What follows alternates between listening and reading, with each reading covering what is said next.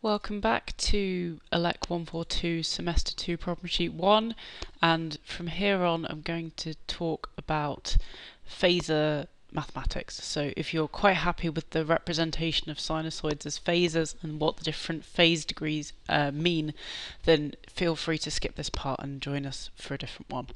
Okay, so question 5, you was asked, find the phase angle between I and V for the following combinations. Does I lead or lag V? So I is current and V is voltage in all of these. So what we've got is, this is the situation where you've got, say, a voltage source and then we're interested in the current that's also related to it, and we're just looking at the differences between them and getting familiarization with the mathematics of the system. So question A, we've got I is 2.5 sine 120 pi t plus 20 degrees, and then we've got the units of amps at the end. And V is 10 sine 120 pi t volts, and those are the units there. So this gives us an indication of the amplitude. This is the peak amplitude of the wave. This is the trig function we're using to represent the sinusoid. Then this part here relates to the frequency, so this could be either in omega or in 2 pi f mode, and then we've got a plus or minus some value in degrees, and this is our phase shift term, and this will tell us how different from the pure trigonometric function the waveform we're describing is.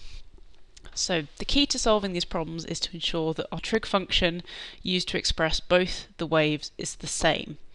For these specific examples, it doesn't matter if we use a sine or a cosine.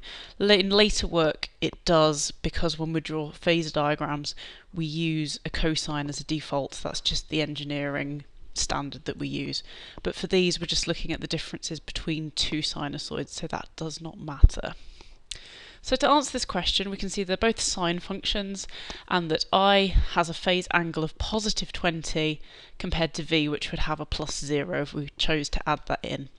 So therefore we can say that I leads V by 20 degrees, because that's the positive one. If it's positive, it's leading. If it's negative, it's lagging. So this is 20, this is 0, so we can see that I leads V by 20 degrees. That's all you need to say, that's the answer. So question B, we've got I is 2.5 sine 120 pi t plus 200 degrees amps, and V is 10 sine 120 pi t volts. So the voltage is the same. This time we've got a current waveform that has a different phase shift. So this is plus 200 now. So using the convention we've said before, we can see they're both sines, so we can compare them directly. But what we can say, if we want an easy answer, is to say that I leads V by 200 degrees. However, that's not the simplest and most concise way to present our answer. To think about, this might be obvious to some of you, but I find it easier to explain this using a phasor diagram. So if we have in our phasor diagram, one rotation is 360 degrees. So we start here as 0 and we go up and round to positive 90 and then round to plus 180. So far so good. If we continue going round, we actually enter the negative side of the spectrum. So we can say that this line here is actually plus 270 degrees, or we can represent this same phase angle as saying it's minus 90 degrees. And by using this convention that if an angle is greater than 180 degrees, it's simpler to convert it, and it means that you get much more concise forms of equations. So we can actually see that plus 200 degrees is actually the same as minus 160 degrees. So our most concise answer is that I lags V by 160. That's the answer to that one. So you can see there's quite a similar pattern to these, and as we go through the questions, a couple of things change, and it's worth keeping an eye on, but it's very similar theme all the way through. So part C, this time we've moved to cosine functions, but because they're both cosines, that's fine, we don't need to change anything. So we can just see that this time the voltage waveform has a positive 10 degrees phase shift. So we can say that I this time lags V by 10 degrees, because I is 10 degrees behind effectively. So this would be plus 0 degrees there. Part D, Again, we can see we've got two cosine functions, which is handy. The current waveform this time has a phase shift of plus 90 degrees, whereas the voltage waveform has no phase shift. So just looking at this, we can see that I leads V by 90 degrees because this is the one that's positive. Part E, we've got two sinusoids now, and this question started to get a little bit more complex because this time we've got one that's plus 20 and one that's minus 40 degrees, so we don't have a pure form of our sinusoid this time. But again, it's not difficult to work out. If you just apply the logic that we've had before, we can say that I leads V by 20 degrees plus 40 degrees, so that's 60, because we're looking at the separation between them going from plus 20 all the way around to minus 40. So that's how we end up with that 60 degrees phase shift. If you're struggling to work out what's going on, just think of it on a phasor diagram. It's fine to sketch it out. Rough sketches are really helpful in solving these sometimes to make sure that you're correct and you're not confusing things. Part F, this time we start to get a little bit complicated because now we have a sine function and a cosine function, so we can't directly compare these two. So what we need to do is we need to convert one, and because I've said we tend to use cosine as our standard, what we're going to do is we're going to convert this equation, the expression for I, which is a sine function, into a cosine function. So we can use the relationship that sine of x is equal to cos of x minus 90 degrees. That's just the relationship we change because we've said before that a sine wave and a cosine wave are the same, they're just phase shifted, and the difference is actually this minus 90 degrees to convert from sine to cosine. So using this we can rewrite I. We can say I is equal to 2.5 sine 100 pi t plus 80 degrees amps. This is our original expression. I've just copied it down so we can see what we're going to do. Then the next line, we've converted that sine to the cosine, and then we've put this minus 90 shift here as well. So we can see what stays the same. Well, the amplitude of the sinusoid, this term at the front has stayed the same. We've not altered that. We're just altering the phase. So everything else remains the same. The 100 pi t term remains the same as well because that's related to the frequency. It's just this final phase shift that's changed. I've lost a bracket there, but don't worry, you can see what's going on. And then we just simplify this. So we say 80 degrees minus 90 gives us an overall phase shift of minus 10 amps. So now we've got this form, we can now look at it and we can see. So we've got, first up, our voltage waveform, 10 cos 100 pi t minus 40 degrees. So I've plotted that here. Just drawn a quick phasor diagram so we can have a look. So that's that phasor. I've made this one slightly longer because the amplitude of this one's 10 and the amplitude of this one will be 2.5. It's not to scale, it is just a rough sketch to give you an idea of what's going on. And the second one, as we can see, the current waveform is now 2.5 cos 100 pi t minus 10 degrees, and that's this phasor here. So what we are is we're interested in this phase shift here, the difference between the two phasors, to say which one's lagging and which one's leading. And what we can see here is that I is in fact leading V by 30 degrees. That's the difference between the two. Part G, again this time we've got a sine and a cosine, so we need to convert from sine to cosine so we can directly compare them. So this is our conversion. We've carried our current expression down and then we're just applying that additional phase shift here. That's the minus 90 degrees that we have to add to the phase shift when we convert to a cosine. And then the next step down is just to combine this term and simplify it. So we've got now our current waveform is 1.4 cos 100 pi t minus 160 degrees in amps. So I've sketched this on a phasor diagram over here so we can see. So minus 160 degrees, here's our current, and then our voltage waveform, which we didn't have to change because it already was a cosine, is over here with a phase shift of minus 40.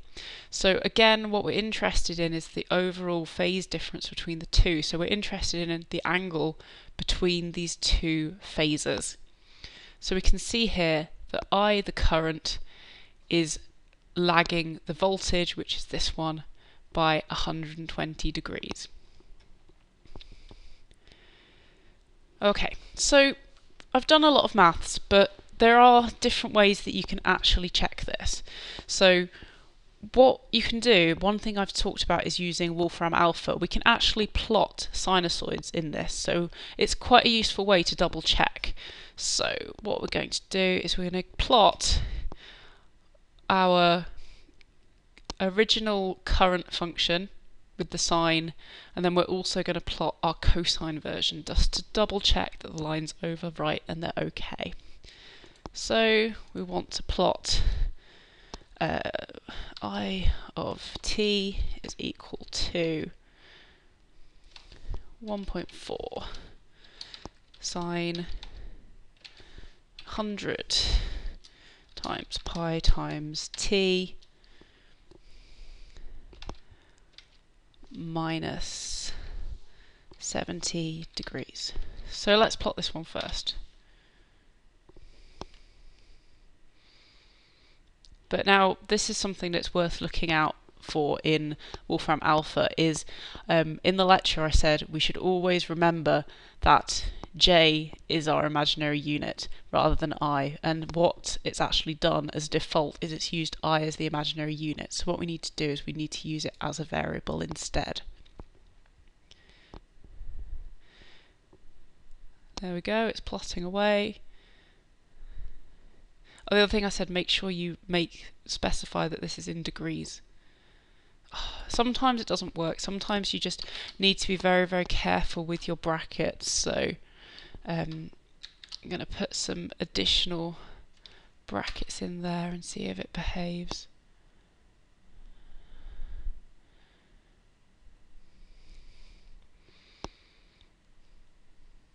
Ah, timed out. Okay, that's not helpful. Let's try it again.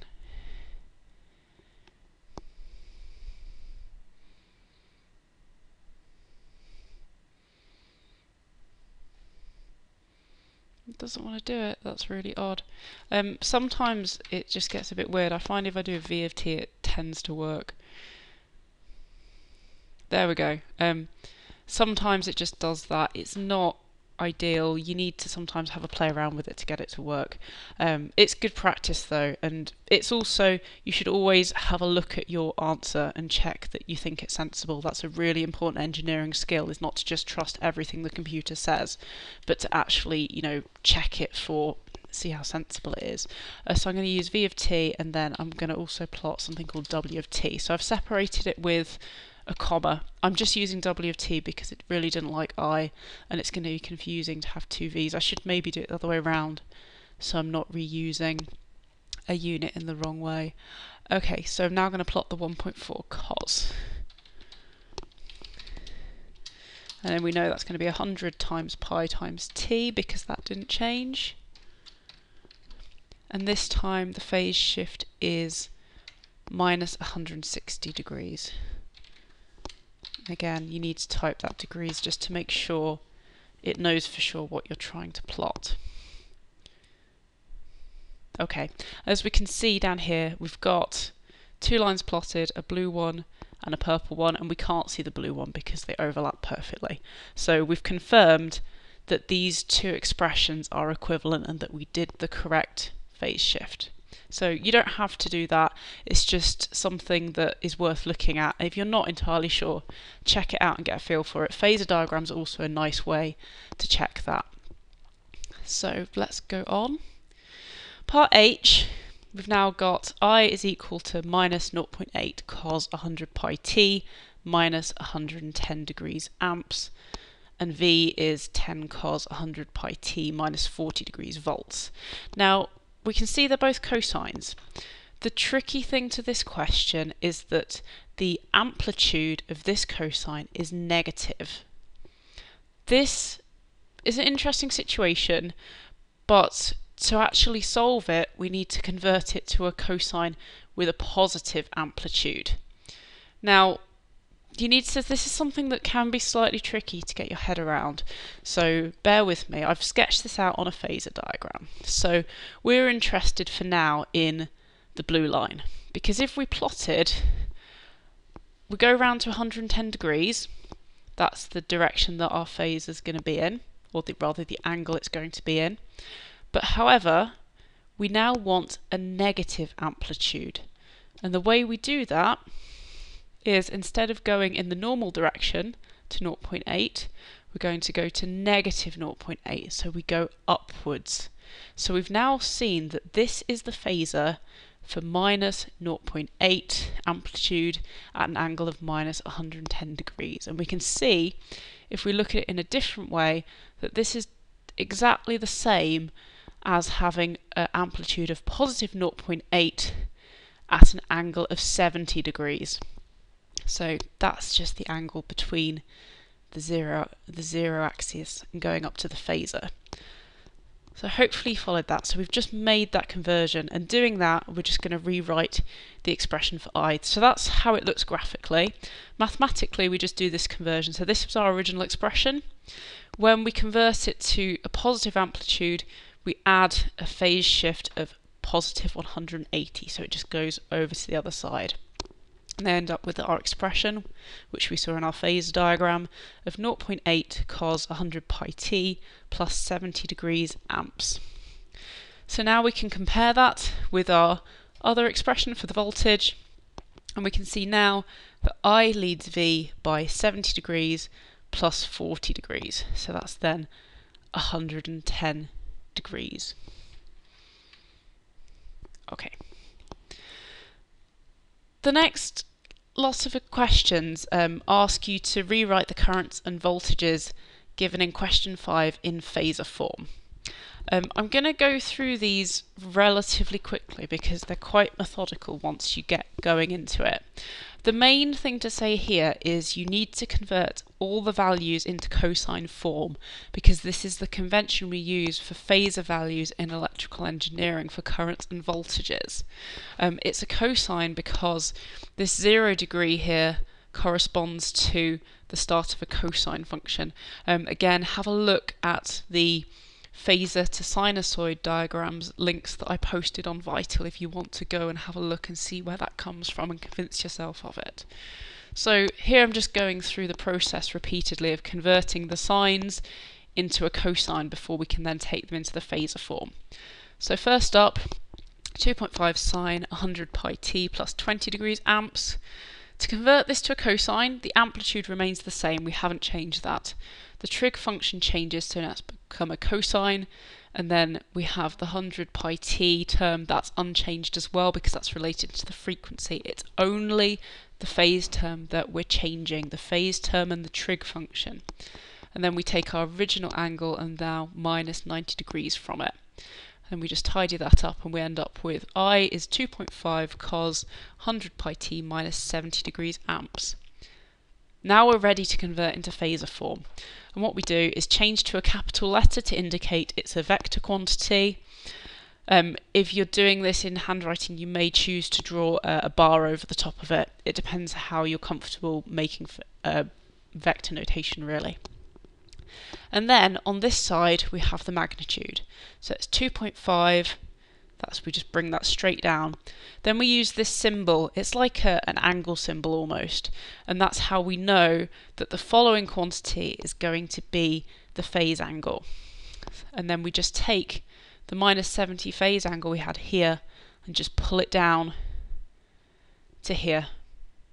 So that's our final answer for this phasor. It's I is equal to 2.5 angle minus 70 degrees amps. Remember your units, they still apply.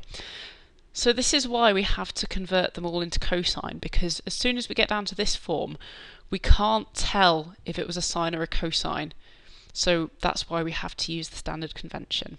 You'll also note that we've actually lost the information on the angular frequency or the frequency component.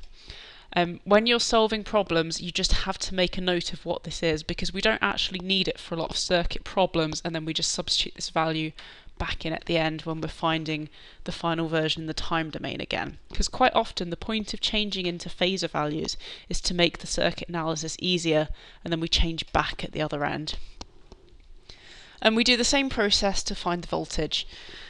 We need to convert from the sine to the cosine, so everything remains the same except for the trig function changes, and we have a phase shift of minus 90 degrees. And then, to convert to Phasor form, we go to capital letter, so capital V is equal to 10. Again, it's just the magnitude. Then we've got the angle sign, and then the phase term, and then we've got volts at the end. And I've just drawn it on a phasor diagram or an Argon diagram here as well, so you can see the difference. So this is I, and this is V going down here.